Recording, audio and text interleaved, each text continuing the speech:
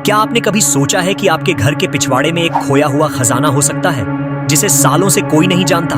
एक ऐसी कहानी जिसमें रहस्य, साहस और अनजानी खजाने की खोज शामिल हो। आज हम आपको एक ऐसे रहस्यमय यात्रा पर ले चलेंगे जहां एक साधारण गांव का युवक अपनी दादा की पुरानी कहानी को सच मानकर खजाने की खोज पर निकल पड़ा। लेकिन क्या वह सच में उस खोए हुए खजाने तक पहुंच पाएगा? और अगर वह खजाना वास्तव में मिला तो क्या इसका खुलासा पूरे गांव की जिंदगी बदल देगा? क्या आप तैयार हैं उस खजाने की खोज की रोमांचक यात्रा के लिए? तो चलिए हम शुरू करते हैं इस रहस्यमय यात्रा को और जानिए कि क्या वाकई में वो खजाना पाया जा सका। कहानी एक छोटे से गांव ढिबरीपुर से शुरू होती है। ढिबरीपुर एक शांत और सुंदर गांव था जहां लोग सादगी से जीवन जीते थे। गांव के लोगों में सबसे मशहूर परिवार था वर्मा परिवार। वर्मा परिवार की छवि गांव में ईमानदारी और परंपरा के प्रतीक के रूप में थी। इस परिवार के दादा रामू वर्मा ने हमेशा अपने पोते पोतियों को एक रहस्यमय कहानी सुनाई थी, एक खोया हुआ खजाना जो उनके पूर्वजों ने छिपाया था। रामू वर्मा की कहानी के अनुसार उनके पूर्वजों ने एक बड़ा खजाना छिपाया था जो कई पीढ़ियों से कहीं खो गया था। खजाना केवल धन या मूल्यवान वस्तुओं का नहीं था, बल्कि यह एक प्राचीन मानचित्र और कुछ दस्तावेजों का समूह था जो परिवार की विरासत और इतिहास को संजोए हुए थे। यह खजाना गांव के पुराने तालाब के पास कहीं छिपाया गया था, लेकिन समय के साथ यह स्थान और मानचित्र खो गए थे। समय बीतता गया और रामू वर्मा का पोता अजय वर्मा एक सामान्य जीवन जीने लगा। अजय ने अपने दादा की कहानियों को अक्सर सुना था, लेकिन वह कभी इस बात पर विश्वास नहीं करता था कि इस खोए हुए खजाने की खोज संभव हो सकती है। अजय का जीवन एक साधारण नौकरी और परिवार की जिम्मेदारियों में व्यस्त था। एक दिन अजय अपने दादा की पुरानी किताबें और दस्तावेज छानबीन कर रहा था।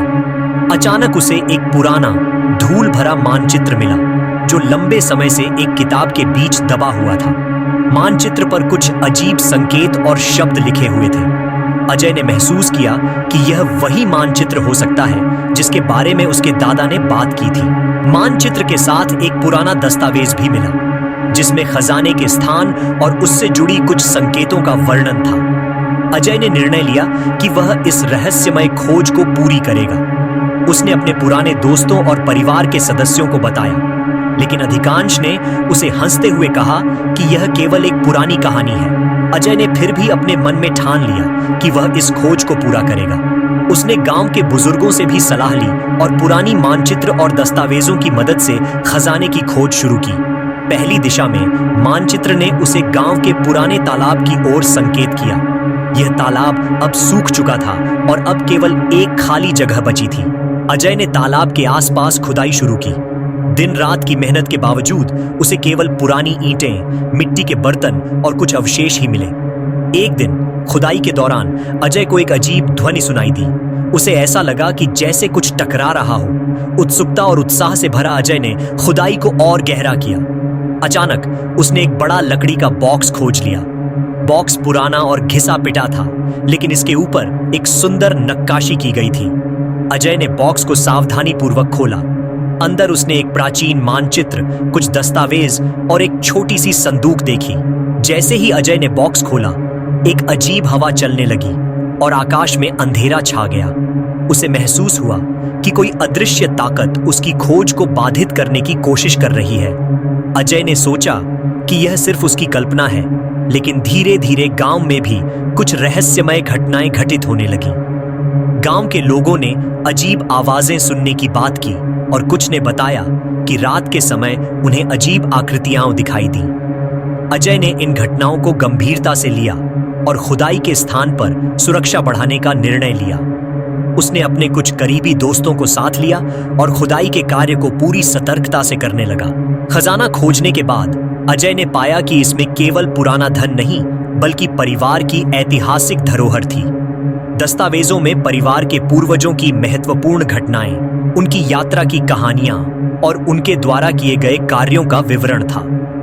मानचित्र ने एक महत्वपूर्ण संदेश भी दिया जिसमें लिखा था कि खजाना केवल भौतिक धन नहीं है, बल्कि यह परिवार की एकता और इतिहास का प्रतीक है। अजय ने पाया कि यह खजाना केवल भौतिक मूल्य का नहीं था, बल्कि यह परिवार की पहचान और सम्मान का भी हिस्सा था। उसने निर्णय लिया कि वह इस खजाने को न केवल अपने परिवार के लिए बल्कि पूरे गांव के लिए साझा करेगा। उसने खजाने को सही तरीके से संरक्षित करने और गांव के लोगों को इसके महत्व को समझाने का प्रयास किया। अजय ने अपने परिवार और गांव के लोगों को खजाने के बारे में बताया और उसके महत्व को समझाया। गांव में एक विशेष समारोह आयोजित किया गया, जिसमें सभी ने मिलकर खजाने की सराहना की। इस खजाने ने गांव के लोगों को एक नई प्रेरणा और सम्मान दिया और उनके बीच की एकता को मजबूत किया। अजय ने इस कहानी के माध्यम से यह सिखाया कि खजाना केवल भौतिक वस्तुओं तक सीमित नहीं होता। असली खजाना परिवार की एकता, उनके इतिहास और उनके मूल्यों में होता है। इस अनुभव ने अजय को जीवन की महत्वपूर्ण बातें सिखाईं और उसे यह एहसास दिलाया कि परिवार और समुदाय की सच्ची मूल्यवान धरोहर किस तरह होती है।